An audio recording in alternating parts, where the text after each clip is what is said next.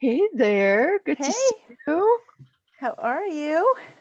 I'm good. I have made the transition from Santa Fe. I'm now in Flagstaff. Oh, nice. Hi, Mary. It's nice. This is the Hi, first time you and I are seeing each other, so this is nice. live and in person. Nice to hmm meet you. Goodness. All right. Well, it's 12:01. Well, 12:01 Mountain Time, 2:01 Eastern. Let's get this party started. Who's got a question? I have a question. Go for it. Yeah, I'd love any advice you have on attending an in-person event. I'm Ooh, going to social media marketing world in San Diego in a couple weeks. that's a good Gonna be question. kind of weird, but it's in person. So Okay, so I'm going to answer your question with a couple of questions. One would be, do you know how, like, what your personality type is? Are you introverted, extroverted, a little bit of both? introverted side of the scale. Okay.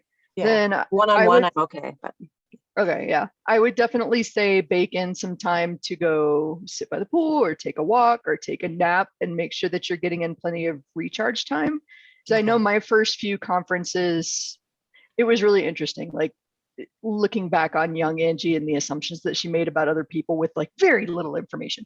But my very first few conferences, I remember seeing somebody like John Carlton just like walk out of the room and disappear for a couple hours and being like, why the fuck would you pay this much money and show up and like actually skip out on sessions? Why wouldn't you sit here? And now the more conferences I've been to, the more I've been like, do I need this thing I've heard probably like 5 different times from 5 different speakers, or do I need a nap? I need a nap. Yeah, I'll be your back later. energy, right? Just hmm maintain. Mhm. So like everybody that's ever worked with me at a conference knows if Angie just disappears, she's gone to take a nap. Like I straight up Irish exit out of places because when I hit a wall, it happens very fast. And like I don't want to have to explain to somebody why literally mid-sentence I flipped out on them and went from like super cool, happy-go-lucky Angie to like, I need you to get out of my face It just like goes down. right now. So like, and that's why I asked that. Like, it's really important to know you and how you operate and not try to push yourself too far, because then it gets to a point where it's counterproductive. I would say the second thing would be, do you know your goals for this? Is it to network with people who could potentially become clients? Is it to learn more? Like, Yeah, I think I'm trying to take a more casual approach, just talk to people that as I can and not be not give myself a quota. I'm like, I need X number yeah, of clients just to I make think connections. Yeah. that's the exact right approach to take, Okay. because the intent really frames how you're going to interact with people. And if the intention is, I need business, I need business, I need business, Right. it's going to come across to the people that you're talking to. Whereas it's like, I want to meet some cool people and maybe we do business someday, that intent comes across too. Okay. Especially the point that I've gotten to in my career, like I can smell them coming from a mile away. Right. The The beeline, desperation kind of feeling. they want to Yeah. hand me their business card. They immediately want to talk about doing business. And I'm like, I want to talk about the last conference where I was dressed as the evil queen singing with the rock bands. I don't care about your business right now. Okay, that's helpful. And it eventually will come around to business because we're entrepreneurs and we geek out about this stuff.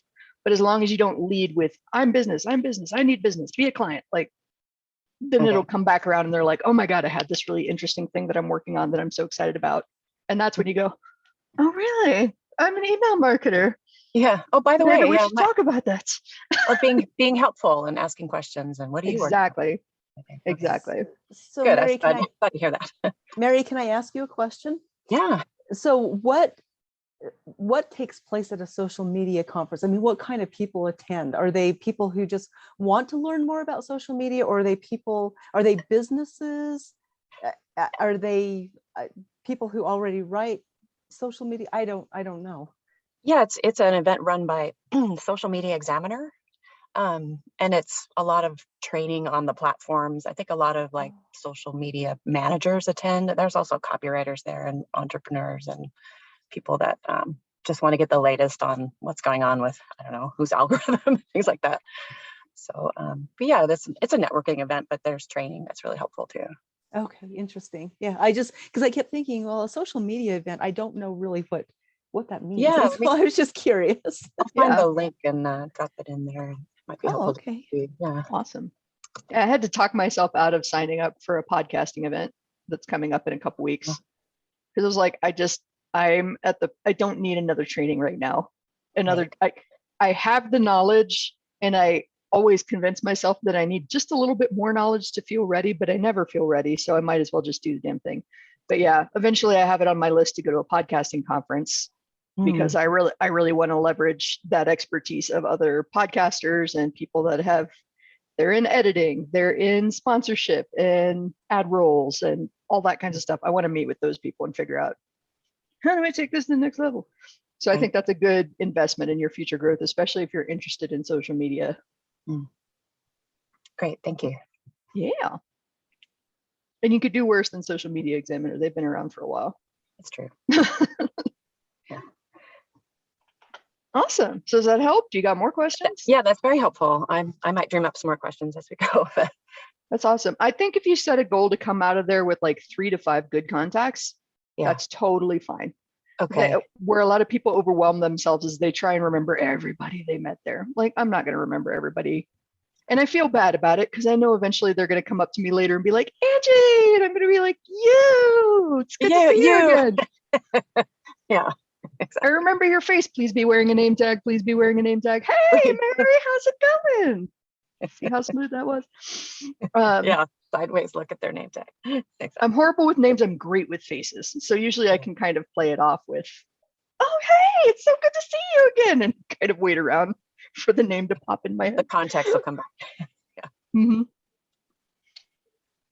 But yeah, small and focused. I think that's. I like the 3 to 5 just to kind of keep it low pressure. Especially since I believe that's one of the bigger ones, isn't it? It's kind of like.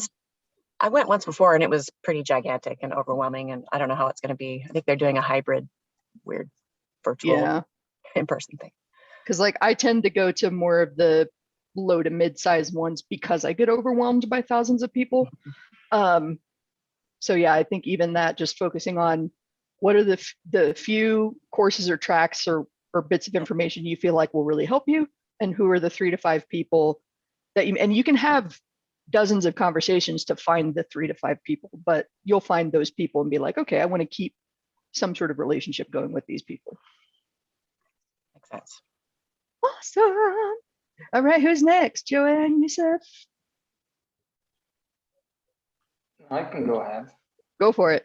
We keep it casual on Angie's sessions. We talk over each other. We co-coach. It's all good.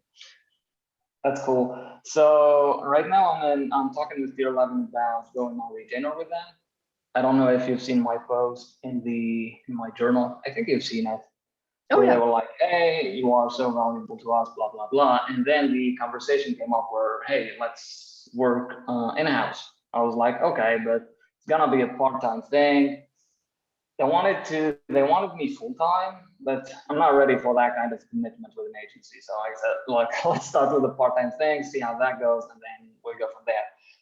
And I received a message like a few hours ago. It was like, what's your expectations in terms of salary, like per month, and that kind of stuff. But so I would love your thought on that. It's agency work, mainly Facebook ads, maybe some funnel copy here and there, but for the most part, it's Facebook ads, and it's a part-time gig, so 20 to 25 hours maybe per week. Yeah, you might want to talk to Anna Iveson, who's also in the accelerator, but she worked for Tier 11 for a while, so she might be able to give you even more specifics than I can. I don't have a whole lot of experience with Facebook ads because the people that I worked with would usually, it's interesting. I guess technically I wrote Facebook ads because they would recycle the long form emails that we did and turn them into Facebook ads. But like, I don't have a huge amount of experience in like what I would charge for just ad only versus the entire promo. So Anna might be a good place to start for that. I would say it's good that you know that you want part-time. Be cognizant that part-time can be harder when you're just starting out because you're going to need to enforce the boundaries. Gotcha. And it's going to be a learning experience. So definitely if they don't recommend a trial, you recommend a trial, and set that from that expectation from the very beginning. Okay, like 60 or 90 days, let's try it out where I deliver X many ads or X many hours of work per week. ours isn't the greatest, but it's kind of easier to parse for agency work since there's such a high volume of stuff. And then at the end of the 60 or 90 days, we reevaluate to see what's working and what's not, and what moving forward looks like. So set that expectation up front, talk to Anna to get some idea of what they're willing to offer. I will say the caveat about working with agencies is there's pros and cons, just like every gig out there, right? Agency prices are going to be lower because they're high volume and because there are so many people that need a piece of that in order to get that piece out the door. So like a lot of people that have asked us about Orzi, they're like, oh my God, you charge $600 plus per email. Whoa, that's a whole lot of money. Like, and I get a piece of that, and the tech guy gets a piece of that, and the writer gets a piece of that, and Chris gets a piece of that. That's like, the writers aren't getting $600, and neither am I, and neither is Chris for that matter. But like, there are a lot of people that touch it in an agency environment, and they all get compensated for that. So that plays a factor in the pricing. The pro to an agency environment is they're fast-paced. You are going to learn a shit ton if you stick with it, if you've got good feedback loops and systems established, but like, you're going to learn a ton. That's the kind of knowledge that you can't really pay for, no matter how many courses that you go through, just kind of being thrown in and say, all right, time to learn how to swim, go. And that can be a little bit intimidating, but I'll tell you, you don't know how to do it. You don't know how to do until you know how to do it. Right. And that sounds really freaking weird, but literally 2 weeks into my first full-time copywriting gig, my creative director came up to me and said, hey, so where's the holiday catalog? And I was like, what holiday catalog? He goes, the one we're reviewing on Friday. It was like a Tuesday. And I was like, what holiday catalog? I have no idea what you're talking about. Oh, it goes to review, talk to this designer, blah, blah, blah. And that's how I figured out how to write my first retail catalog and learn InDesign layout software in 3 days. So, like, you can't really put a price on what you can learn in-house. And I think a lot of people get so kind of rigidly focused on freelance that they miss the opportunities of seeing inside a business and working with somebody long-term. So okay. Yeah, is any of this helping? I know I'm just kind of like, bleh. Yeah, absolutely. So trial period, 60 to 90 days, even though I was working with them like for the last couple of months, because I guess in-house is different from freelancing, right? Yeah, you're trying a new relationship. So there's no problem in trying. Maybe you try a shorter trial. Maybe it's like, okay, cool. I'm figuring out what part-time looks like. You tell me what's working for you. Let's try this for 30 days and see how it goes and reevaluate then. There's no rule that says it has to be 60 or 90, but I think whenever you're trying a new arrangement, it's worth doing it as a trial and framing it as, this is an experiment. We're going to see how it goes. Right. And the reason that I do it that way is, one, you don't have that pressure to commit to something you don't like if it turns out you don't like it. And two, it sets kind of that secondary expectation of, we might not get this right, but we're going to try. So here we go, which has the effect of lessening the frustration if, say, they have an expectation of you that they haven't articulated very well, or you have an expectation of how things are going to work and it doesn't match with what theirs is. Like, that kind of stuff is going to happen, especially in a fast-paced environment. So if you just set it up as, all right, well, we'll try this for 30 days. Here's how I think it could go. What are you thinking? Cool. Let's go ahead and make our arrangement for X dollars for this commitment. Try it out for the next 30 days and reevaluate. And if it's working, hey, we can continue. Fantastic. Woohoo. Gotcha. And could you give me a ballpark number for the salary? Just, to know kind of what waters I'm in. How much does a house cost? I mean, I know that that's a non-answer, but there are so many different factors that go into salaries. Yeah. Well, so here's a question. I mean, how do they pay you as a freelancer? So you would expect to be paid more as a freelancer than in an agency, or right?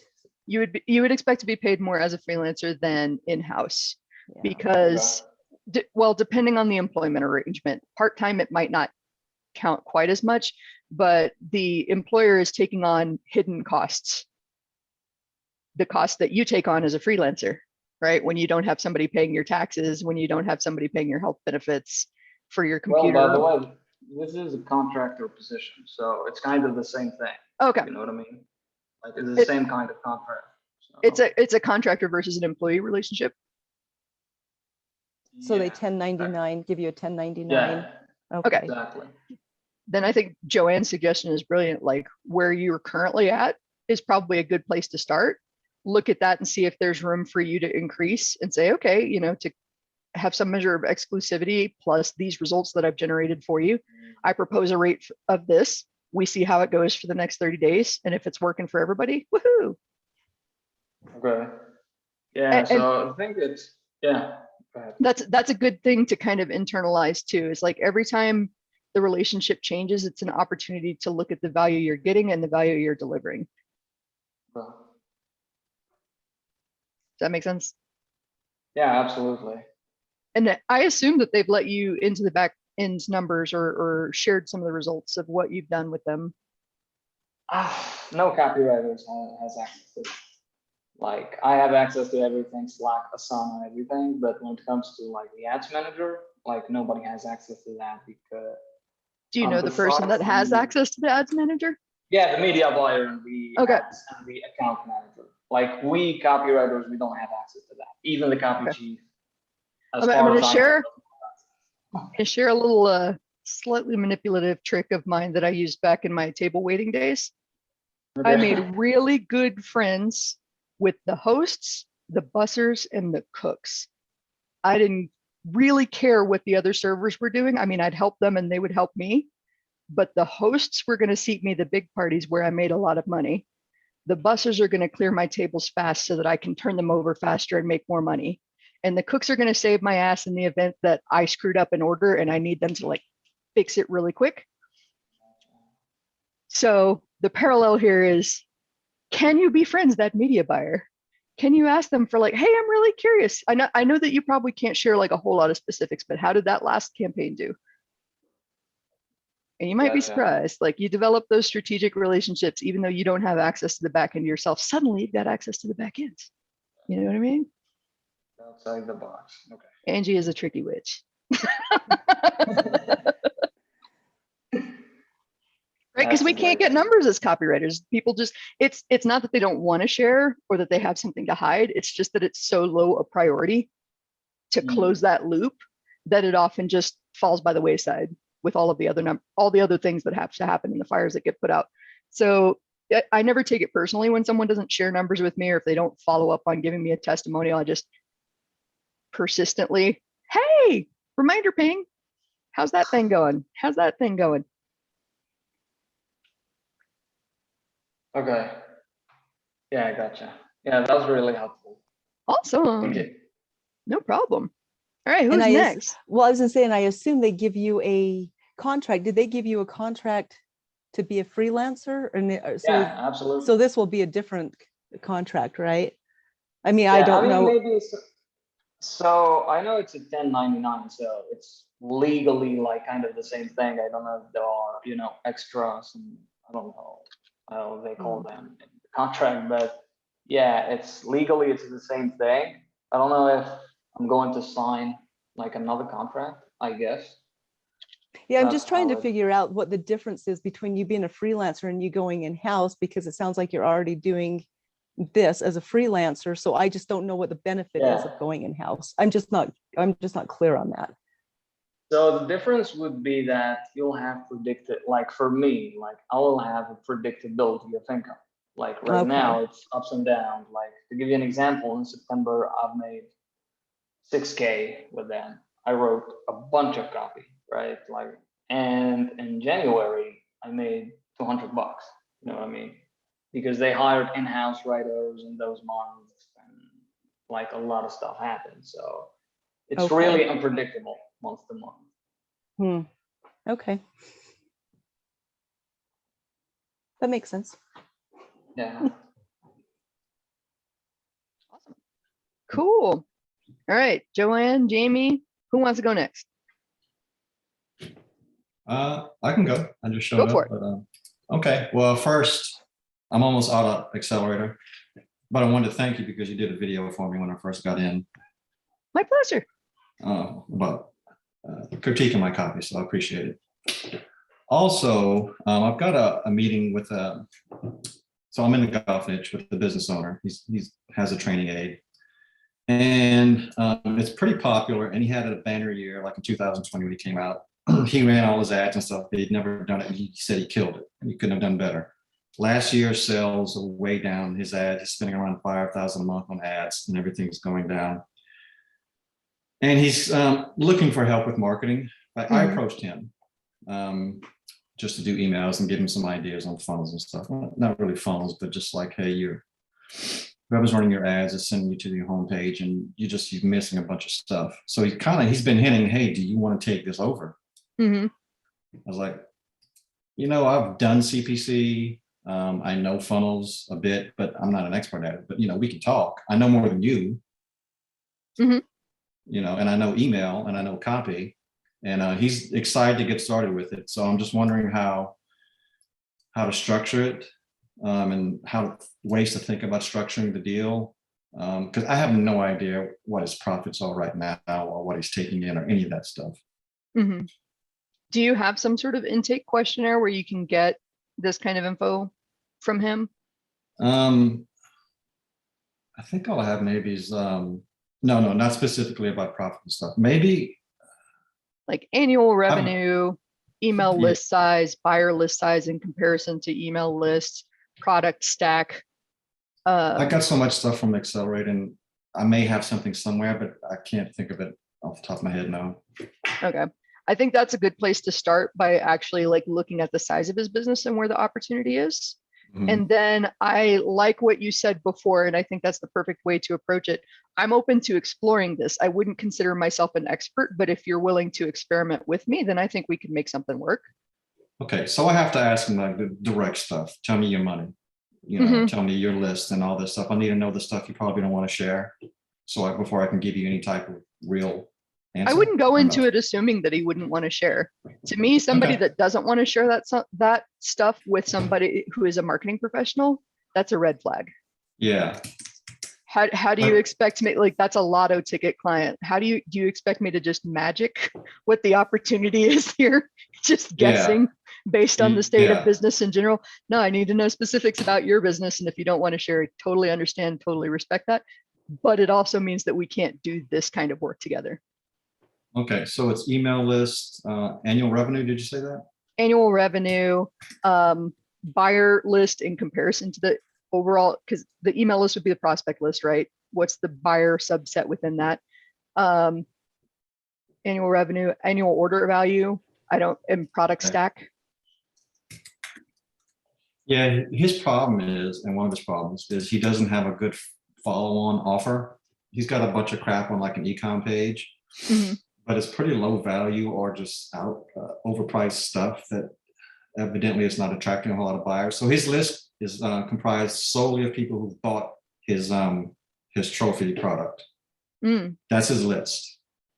And so he's not even collecting, like he has no mechanism to try and capture or entice new people to sign up, people who visit and don't buy. And I made that point to him pretty clearly. It's like, man, you're missing a lot right here. Yeah. So that's where he stands. And if he's actively still growing his list, I know that you were talking about CPC and helping with kind of the front end acquisition and stuff like that, but there's a lot of opportunity for developing automations that'll kick in once those new subscribers hit the list and start introducing them to the brands, reminding them that there's something in their cart, abandoned cart, selling something. He has that. So one of the biggest mistakes most of our e-commerce clients make on the Orzi Media side of things, because I'm Chris's copy chief, in case you didn't know, is they have a welcome sequence, but it's like, hey, here's a little bit more about us. And I'm like, hey, you just signed up for the list. Enjoy this special offer on this, like our flagship product. Every single email. Hey, go buy this thing. Oh, you didn't like that thing? Here are a couple of other things that people like you tend to like. And I'm just going to hit them every single email with some sort of offer and assume that somebody is going to hit that email and be ready to buy. And they're going to be upset with me if I didn't give them an opportunity to buy. That was very easy. Sure. Now, is every email, I know like story-based emails are like the thing in Copy Chief and with Chris. Is that something you guys like weave some kind of story? I know he builds in just like straight sales sometimes, Mhm. Was it always like a little story then leading into, hey, by the way, and what you just 80, said? 80 to 90% story, text-based, no fancy graphics. Mhm. The 10 to 20% that I'm leaving out are like templates. Sure. Last chance. This is going away in X hours. Click here. Like we don't really have to write those. We just change the subject line and the link, you know? But the rest of them, yeah, yesterday I was just on a call with Chris and one of the writers, John, to brainstorm his next Make It Rain monthly promo. And we are just spitting out ideas for different stories and figuring out how we could tie it into the offer. Mhm. So yeah, we're all story all the time, pretty much. Okay. But it works. I mean, that's the foundation of how human beings connected since the dawn of time. Stories. It's how you learn things. We all of us remember like nursery rhymes and fairy tales from our childhood. Like stories are just a great way to pass information, to change people's minds, to touch people's hearts. Mhm. That's why I love them so much. And also I'm a natural born storyteller. Let me. I literally got off another call right before this where I have like my post-it notes over here reminding me to do something. I have to write an email now. I've been charged by this group telling my story about why I'm not David Lee Roth.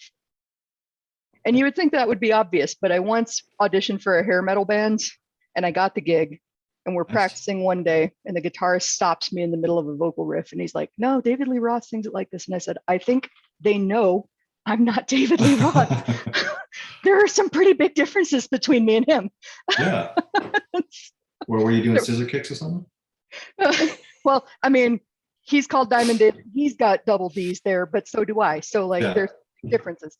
And it turns out that all of this came from a misunderstanding because the guitarist was from Peru and he didn't know when he posted the ad that he used a picture of Steel Panther, a parody hair metal band. Think Tenacious D of hair metal. That's what Steel Panther is. So he didn't realize he was using a joke band as his picture when he attracted me. And I was like, oh, I see what the problem is here. You think I'm serious. I'm not. I'm here to have fun. We're going to put on the spiky wig and the leopard print, like, or not at all. And he wanted to be serious. So I left. But stories like that are happening all around you every day, all the time. And sometimes even storytellers like me have to have somebody go, why aren't you writing about that? Why did I not know about that? Go send that out somewhere. Yeah, I think the issue I have with is finding a story and like tying it into an offer, because I think that's where the magic is. That's the hardest part.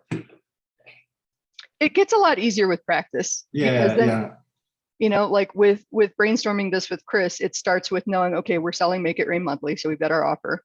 We know that this is going to be in Chris's voice. What's the kind of shit Chris would say? And then it's just like, woohoo, here we go. This is going to be fun. Yeah. Yeah, it's reps, which I can make myself do. It's stupid. It's not stupid. It's a lot of practice, and brainstorming can be the funnest part of it if you let it and you just kind of allow yourself to play and not judge the ideas that come out. Yeah, it's I have an issue with just picturing 12 steps down the road where I still don't have anything instead of just doing step one, which is the brainstorming. You know, getting out of my own way and just doing the step right here in front of you. Having a little faith. Yep. Okay, well, that's about all I have. I don't want to monopolize. Someone else has something. Awesome. We still got a whole half hour and we got Joanne and we got Heather, so we can talk about whatever. Okay. I can rant and tell more stories. All right. If no one wants to pipe up, I'll ask something else. But feel free to pipe up. I got nothing. Go ahead. 1002. Okay. So you prompted me a while back to about job opportunities and stuff in the forum, and a lot of them are pretty specific about you must have this, you must have that, and I don't know, maybe it's just cowardice or fear. I don't want to waste people's time or waste my time either applying for stuff that I know I won't qualify for, and so is that an exercise just to go through, just to break the adhesions and get used to doing it, or because all I have basically now is spec stuff in the world of direct copy. So this is a great question, especially from the hirer perspective.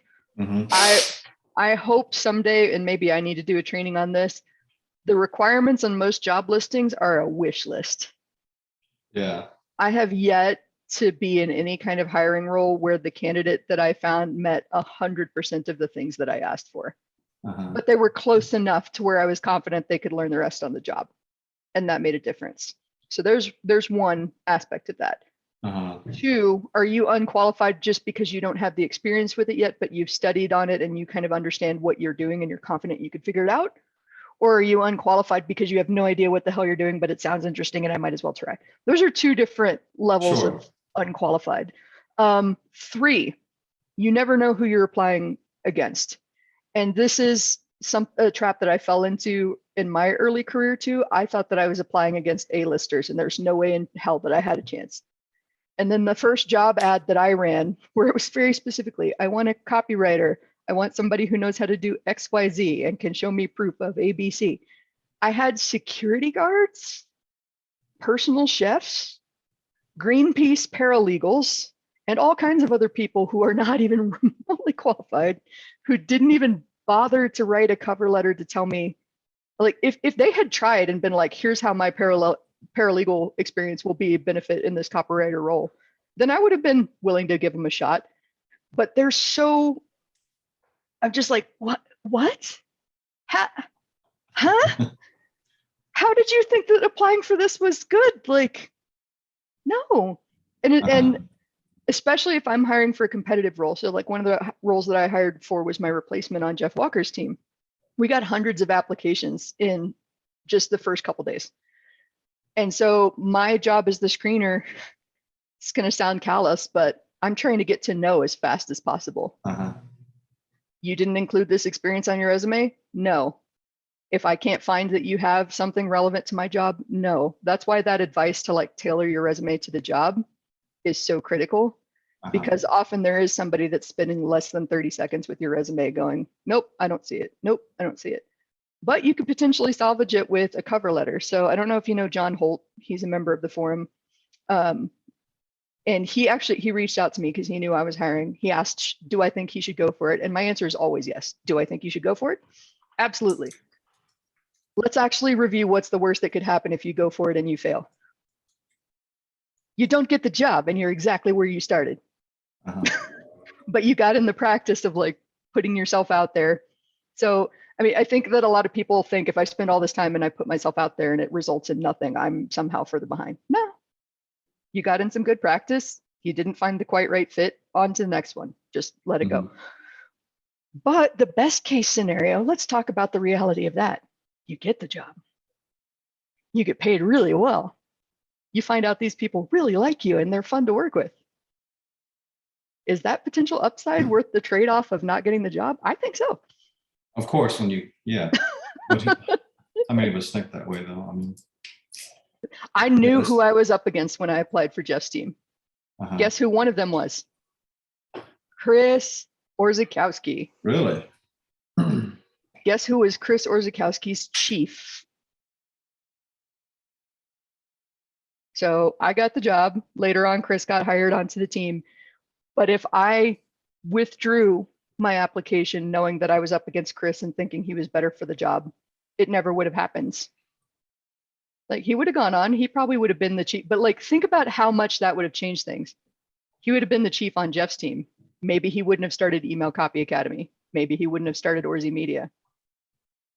Like, look at that. I created Chris. I'm just joking, but like throw your hat in the ring because you get the practice, you start to see which hires have no idea what they're talking about. I mean, there are definitely some joke threads out there on Reddit where somebody's like, you need 15 years of experience programming Ruby on Rails. And they're like, Ruby has only existed for 12 years. What the hell are you smoking? I'm just making stuff up, but I've definitely read stuff like that where their expectations and they definitely don't know what they're talking about. So, when I was talking about with John had only been in the copy industry for about 8 months. And he asked me basically like, do I have any business applying for a role like Jeff? It's so competitive. It's so advanced. I don't know if I can handle myself. And I was like, first of all, yes, apply. Second of all, think of how you can show, not tell, right? Because a resume is all about telling. but a cover letter, you have an opportunity to show who you are and what you bring to the table. And a lot of people don't use the cover letter at all, let alone to like their advantage in telling good stories and making a point and capturing attention. John stayed up all night building a web page that functioned as a sales letter for himself. Like, John Holt is the product for sale here. And he made it so funny. His background is as a stand-up comedian, so this worked. But he made it so funny that everybody on the team was passing this thing around. Like, we have to interview this guy. I don't even care where, like, he went so far out of his way to catch our attention that it worked. And now we want to talk to him and see what he can do. Maybe he's going to pass the test. Maybe he's going to pass the trial. Nobody knows. But like, look at how he stood out above the Greenpeace paralegal, who apparently stood out enough for me to recall, but not enough for me to want to interview. So I know I'm ranting a lot, but does this help? Yeah, of course. Okay. Assume that you are up against people who are less qualified than you might think. Okay. Assume that there's an opportunity if you can just catch their attention and there's a good personality fit and you've got the feedback loops to help you get better at your job. Like, if they had hired me, my first in-house job, on my ability to write a catalog, you weren't here for that story earlier, but basically I had to learn how to write my first retail catalog in 3 days and also learn InDesign while I was doing it. I wouldn't have gotten that job because I had no catalog experience, but I had confidence and a little bit of early win cockiness that eventually got beaten out of me when I had many, many failures. I've got a lot of wins to balance out my many, many failures. So. No, great. No, not rambling, helpful. Awesome. Cool. Heather, what's up? Someone asked, well, I'll take a break, then I'll think of something else. Go for it. Come on, Angie. Oh, it's going well. I got my hair did. It was about time. Got back to red, so I'm happy. Good. How's it going? I saw that you did your advertorial, which made me super happy. Yeah. How did you feel about the edits? No, I liked your edits. They were good. So my question, did you have a chance to see my rewrite? And did I Not yet. You might need to tag me again in that. Just, I get Okay. pinged a lot, so sometimes I miss it. Don't feel free to ping me multiple times if I'm not answering. Sometimes I just like, oh yeah, I'll come back to that later, and then I completely space. So yeah, because I would be curious now, because in the beginning you're like, cut this much, and then it's actually on our checklist for Chris's writing team that before Angie sees it, cut 10%. That's one of the rules that we teach our writers. Before Angie sees it, cut 10%. You can always cut 10% out of your draft. okay, so I'm sorry, I have a dog who can find anything she's not supposed to have. Oh, I heard that. Hold on, I'm right back. Go for it.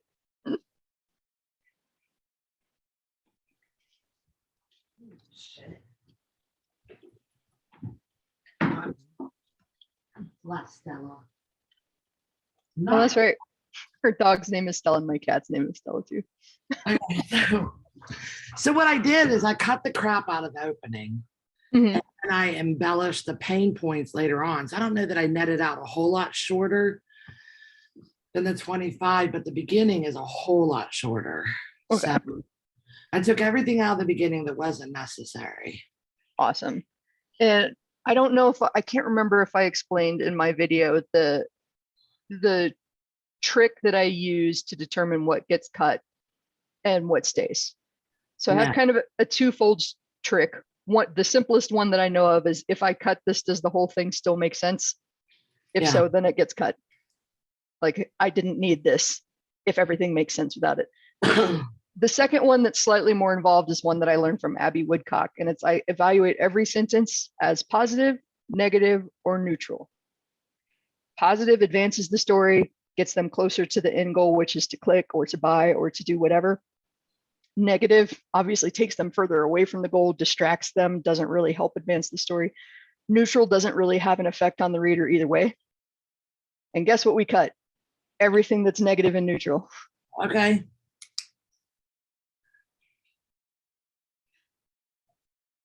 Sometimes I even make it a game, just like see exactly how tight I can get. I mean, we don't go like The Office, like, why use many words when few words do, but we can always use less words than we think.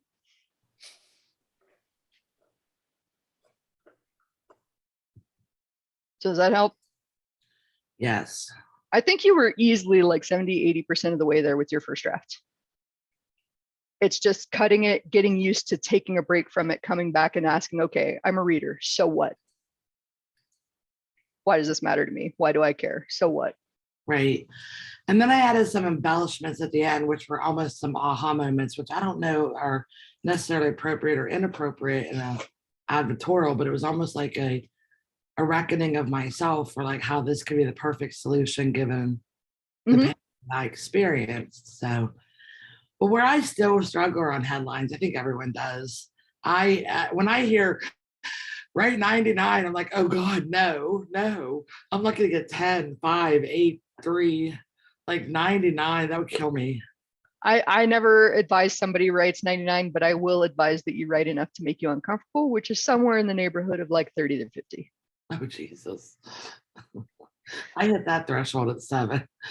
If you set a timer, you would be amazed what you can crank out because the timer has a way of shutting off the internal editor, which is probably what's interfering with your ability to crank out headlines. True. And if you need further proof of that, check out, I think it was Justin Blackman who did like 100 headlines a day Oh for dear. 30 days. And after a while, he started realizing that like, no, the only thing that was keeping me from doing it was that I was imagining how hard this was. It really wasn't hard. By the end of this, I was down to like, it took me 20 minutes to crank out 100 headlines, but I'm not attached to any of them. And that's the key. It's just like 5 ways to X, five ways to X your Y so that you can Z. 5 ways not to X your Y so that you can't Z. Like literally just trying every little tiny adjustment, switching words, like all of those count as headline drafts. You don't have to do something from scratch for every one to count toward your 50. Well, that's good to know. I was trying to I do count the even minor flips. Mhm. Yeah, it's a mental game. Instead of worrying about it. So what I do now is I just start thinking through. I don't even worry about the number. I just think it through until I feel like I've come to something that describes what, Mhm. the main point and also maybe the solution without giving it away. So we'll see. I can still continue to work on those. But I would say take it a little bit further, right? Because there's plenty of stuff out there that describes the pain point and the solution. There's not a whole lot of stuff out there that gets your attention. And think about like the rebellion against clickbait several years ago. You won't believe what happened next. I believe what happens next. That was really freaking lame. And people started kind of rebelling against those clickbaity headlines. So we as copywriters, I'm saying, took getting their attention to the extreme, but we didn't connect it to the draft. And so people rebelled, right? So I think that there's a happy middle ground from just blunt, here's what I've got, take it or leave it. And like, what happened next will blow your minds. So I always try and go for something that's really interesting. And I'm also listening. So this is more like when I'm drafting with a client or I'm in a brainstorm meeting, like we were talking about, Jamie, I'm listening for something that catches my attention. And if it catches my attention, I'm just going to write it down. And it doesn't matter whether I can use it as a headline or something else. But like yesterday, one of the things that we brainstormed was, I can't remember, it was like gun enthusiasts and Etsy subscription boxes. And I was like, well, that's going somewhere. I don't even know how it's going to work out, but like there's something to like, what the hell is happening here with that sentence, gun enthusiasts and Etsy subscription boxes. I need to know what's going on. So if you're on Chris's list and you see something about gun enthusiasts and Etsy subscription boxes, you know that was when I was like listening to them riff and I was like, all right, here's one hook. And it may go somewhere. It's like, the thing about brainstorming and hooks and iteration like this is like sometimes the idea that you love doesn't work out. You try it 20 different ways on paper and you can't figure out a way to make it work like you imagined in your head. And then you have to go to something else. Like all of this is iterative and forcing yourself to produce more than you might think is necessary so that you can cut it back to the best stuff. Does that make sense? It does. And so I had heard a trick, and I don't know how relevant it is for advertorials, because I find like headlines are are different, whether it's a sales pitch or a newsletter or a little bit of this, I don't know, but they said go outside your niche and find another niche, because people will become tone deaf within the niche, certain words. But you could take a headline that's pretty common or a theme that's common in another niche and just insert, and all of a sudden they're like, wait, what did you say? What? Like, Oh yeah. that's That's still, I see shaking heads like, yeah, okay. That's a great trick, as is just setting the intention with your subconscious mind, right? Like directing your brain to notice more advertisements. Because we've kind of trained ourselves as a society to tune them out, right? But if Right. you tell yourself, all right, I'm going to start noticing more for the purpose of noting what catches my attention, what broke through, what made me go, ha, ha, oh my God, that's great. Even if I'm never going to buy that thing, because we're in the business of getting their attention and then keeping it. But first, getting their attention. And that's why I challenged you on that headline, like transmutation. I know. That's I a love great word. I love it. It's a fantastic word. And what does it have to do with me when I'm sitting on the toilet scrolling? You know? There's a church I pass whenever I head out to the city to go shopping. They have the most eye-catching and thought-provoking statements. And I have thought about just going and collecting all those and figuring out how I could work a little Jesus into my headlines. Mhm. 'Cause they hit you out of absolutely nowhere. And yet And- it's still absolutely appropriate. I was And like, exactly what you're talking about now, like combining this thing that I think is really interesting and inspirational and like, wow, with what I'm trying to do is literally the very definition of creativity, connecting two unrelated ideas. I'm making it work. Mhm. Well, I'm staying moving forward. So I'm working on my second advertorial sample. And then I'm gonna go and mail my entire network of people and tell them my shingle's open for business. I'm also Excellent. updating my website because I have samples from my existing client that I can use to show how, I can do an about page and a blog for him. And then he has a product release and we did the product page. So I'm going to add those to my website and also my portfolio. So I figure I'm just going to hit it hard. March is the month. Awesome. That My one piece of unsolicited advice, because this is like a trend that's popping up in the forum lately, is with cold email or warm email like you're doing. Remember, the goal is not to make a sale. It's to start a conversation. And that, like, I know that you weren't asking for that, but it's on my minds because I was coaching someone through it earlier. So I just wanted to say it out loud again. Like, remember, everybody puts the pressure on like the informational call being the close or the cold email being the close. And the reality is that is not going to happen. And most people who buy off those initial contacts are like probably clients that you want to be aware of because they don't have any vetting systems either. Yeah, no, this outreach is to my personal network of my Okay. personal professional network to say if you know of anybody who Yeah. is interested in these services, I'd Mhm. appreciate a referral. Oh, by the way, let's catch up. Yeah. Network. And even if you don't have a referral, I'd love to know what you're up to and see if I can connect you with anybody. Turn it into a way that you can help. Help them. Mhm. So that's my next course. Ouch, ouch. That happens next week. Puppy biting you. Oh gosh, she's horrible. She's the worst. That happened to my mastermind meeting this morning. Stella was in my lap and you couldn't see her because she was like at this level, but every once in a while she would turn and like smack me in the face with her tail. Everybody's just laughing. She hits hard with her tail. Yeah. Freaking cats. So where are you now? Where in the I- world? I'm in Angie? Flagstaff, Arizona, Wow. which surprised me because I did not know that this was a mountain town. I just thought everything Arizona was desert. Yeah. So this has been gorgeous. I've been planning my new event, which Chris named Eat, Play, Launch. And I can't make it happen in Flagstaff because Flagstaff is a little bit hard to get to and I'm leaving in 2 weeks. But I'm planning one for Vegas and I found the perfect play part to my event. I found a company where you can rent bulldozers and backhoes and just go dig in the dirt for several hours. Oh my. I'm like, so if somebody signs up to come to my workshop, it's going to be like, do your advanced homework. And then day one, we pick you up and we go drive bulldozers. Okay. That's what we're going to do. We're going to play. So what's included in your workshop? I have the bullet point somewhere. I didn't intend for this to become a sales pitch, but it's basically about it's about my experience over the last year. Like, a lot of people know that I had an unexpected breakup, and my reaction to that was to become a digital nomad and figure out what feels like home. But along the way, while I was processing and trying to figure out what my business looked like, separate from my partner and separate from Jeff, I wound up just playing a lot and meeting a lot of people. And interestingly enough, without trying, my business grew.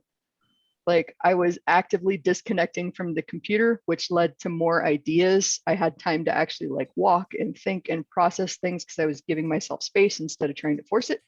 A lot of the ideas that I had were better, faster to implement. And my clients were like, where the hell did you come up with that? That just made us like $90,000. Fantastic. Cool. So I've got the seeds of this idea that like play is something entrepreneurs need, especially since we've got business on the brain 24/7. And then it turns out that there's a lot of research about this. Adults need playtime. It reduces your stress levels. It leads to better ideas and more productivity. It helps you communicate with people easier, because when you're playing, you have to figure out like, oh, you're doing this and I'm doing this, and these are the rules that we're agreeing to. And like, okay, cool. Let's go. Hit some balls, have some fun. So combining that with kind of like what Mary was talking about earlier, with big events like that are usually packed from like 7 a.m. to 7 p.m. And my ADHD brain cannot handle being in a chair that long with information being thrown at me. So I modeled my event kind of on Kevin, where it's like, all right, cool, playtime, long lunch, maybe like an hour of learning. Then we're going to take a break. Then we're going to come back and we're going to do like a focused work session. And then like day one is going to be about brainstorming your next steps. And then day two is going to be about, okay, cool, we're going to break down how to get from here to there. We're going to pick the first step on that path, and then we're going to actually work on it. So this is business building, not, I mean, it's not like it didn't have a lot to do with copy, though copy's part of it, but it's business building as a copywriter, or? Business building, because I've gotten really good at especially in the last few years, at spotting low-hanging fruit and opportunities. So it's like, if you've got content, if you've got some products and you've got a list, odds are I can find a way to be like, all right, send a group of emails to this people with this kind of offer and see what happens. And they're like, oh shit, we made like $600,000. Ooh. So yeah, that's basically what I want to help people do. Work less, get more. It'd be nice. Is that 3 days? It's 2 days for now. 2 days. Eventually, Okay. I do want to build it into like a $10,000 retreat style events, where it's like, you're coming here specifically to have your entrepreneur play dates with other people that get that this is actually work. Driving bulldozers, we're working, yay. So that's how my weird brain processes things. Okay. That sounds so exciting. Hopefully I'll have all of you there someday. It'll be fun. I'm planning on awesome. doing them every place that I stop this year. So we'll just see Oh, what wow. happens. Okay. And next stop is Vegas. So bulldozers and backhoes. That needs to be an email too. I'm writing that down. Windows and backhoe. Yes. All that backhoe right here, people be like, what? Play off backhoe too. Like bulldozers and backhoes. Mhm. 2 days of folly in Vegas. I'll be like, oh my God, I gotta know more about this. Who goes to Vegas to gamble when you could drive a bulldozer? I don't want to gamble. Play in the dirt. I'm not much of a gambler though, so no shade if you like to. I've tried a few times, but it's not really gambling. I'm just giving them money. Like, here's Yeah. how much I'm losing tonight. That's pretty much what I go in with. All right, I'm willing to lose $50. All right, well, that went fast. Cool. On to the next thing. Buffet. Buffet is great. Yes. And shows. Shows are fantastic. Well, we got like 5 minutes left. What else? Well, I was wondering if we could just do a quick mentor call in the next week or two. So being able to more target with my money skill the Mhm. right audiences, because I've been through Rachel's trainings and I pretty much have stalked her blog and her YouTubes and pretty much anything Rachel. I should just have a poster over here on the wall because she's like a new guru. So she talks about oh shit, I just lost the name.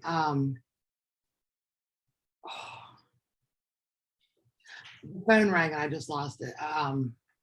Media buyers, I think it is they're one huge category of people who use blogs. But I wouldn't know what a media buyer looks like if one bit me in the nose. Like I have no idea what a media buyer is. She's mentioned going to ad skills and hooking up with media buyers. Say that again, I'm sorry. Ad skills, they teach paid traffic, CPC and Facebook and all that stuff. And there's a lot of media buyers there. I don't know a lot about it. I've heard of it. It's pretty well known. If you do paid ads. But you guys have heard us talk about being at a networking event, but more importantly, choosing networking events where you're one of the few copywriters.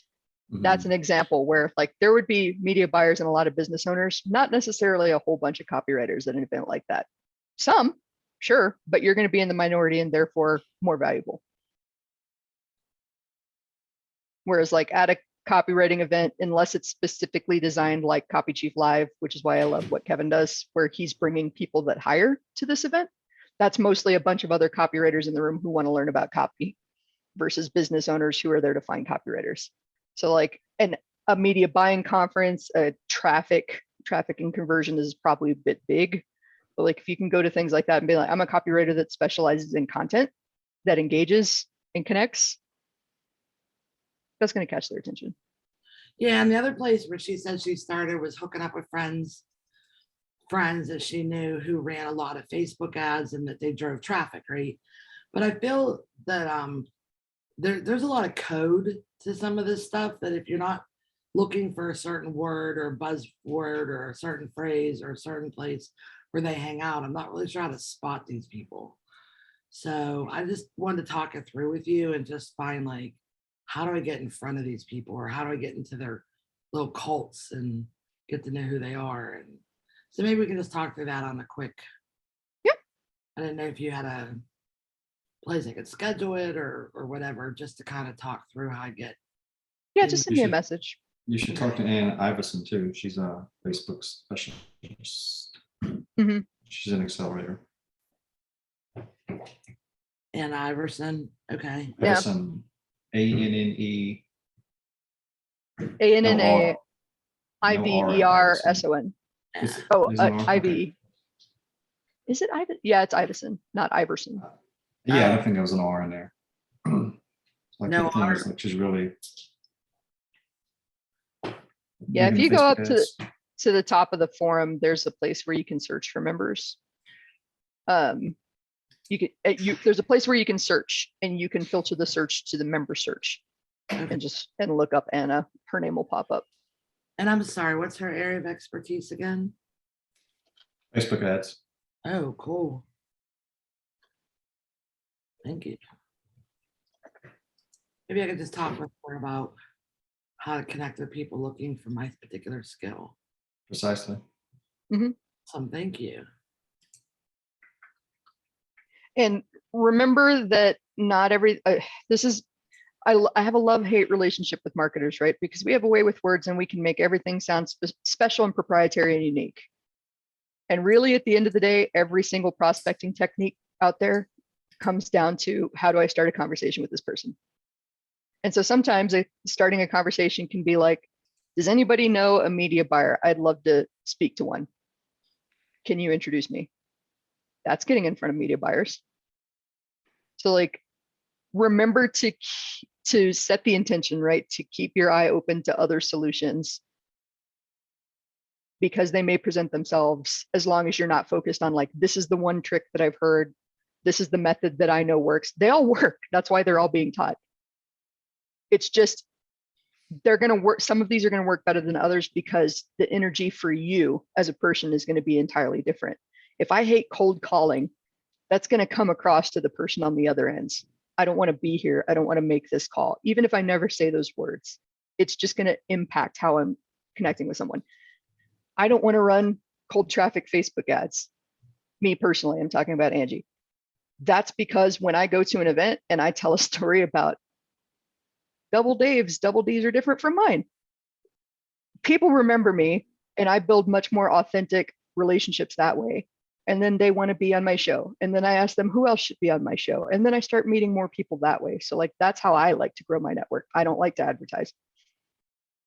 And it's just going to be about what energizes you, what brings you the kind of connections and the people that you're looking for. What kind of energy is there? Is it an energy drain, or is it like amping you up and getting you excited about the work? All of those things affect prospecting. And I actually did that right as everything shut down in 2020. I was at the Copywriter Club in real life, and somebody dropped out of a morning panel. So they asked me up on stage at the last minute, and I was literally the last in the row. And somebody stood up and asked the panel, which happened to be all women, interestingly enough, what's your favorite prospecting method? And as they went down the row, literally everybody said something different. I like to find my clients this way. I like to find my clients this way. So when it got to me, I was like, notice that everybody said something different. And she's like, what do you mean? It's like, they all work. The key is to try one that sounds interesting to you and see if it works. And if it doesn't work, is it because there's something that you could fix and get better at? Or is it because I just hate this and there's got to be a different way? Once I stopped fighting this idea that I had to like cold email, cold call, run ads, and I just started meeting people, which is my zone of genius, then things really changed for me. So like, it's totally okay to lean into who you are as a person. Just perspective leads. And do it your way, right? Do it the way that you're comfortable with. Mm-hmm. Makes sense. No, good tips here. I'm gonna just talk to Anna about the world of Facebook and how Okay. that works. And Awesome. Yeah. And keep moving forward, like Walt Disney says. Had to fit Disney reference in there. yeah, I'll send you a note and I'll ping you on my other editorial. I'm gonna get this one posted this week. Okay. And I'm on now for my other sample, and then I'm off to the next leg in my schedule. Awesome. Update my plan. Yep. Cool. Growing, moving forward, making power moves. Love it. Thank you for such an amazing call, everybody. Thanks, Feel free Angie. to ping me in the forum. Yeah. They'll be posting the recording of this soon if you want to revisit anything. And as always, ping me if you need me. Thanks, Ann. Thanks, everybody. you. Bye. Bye.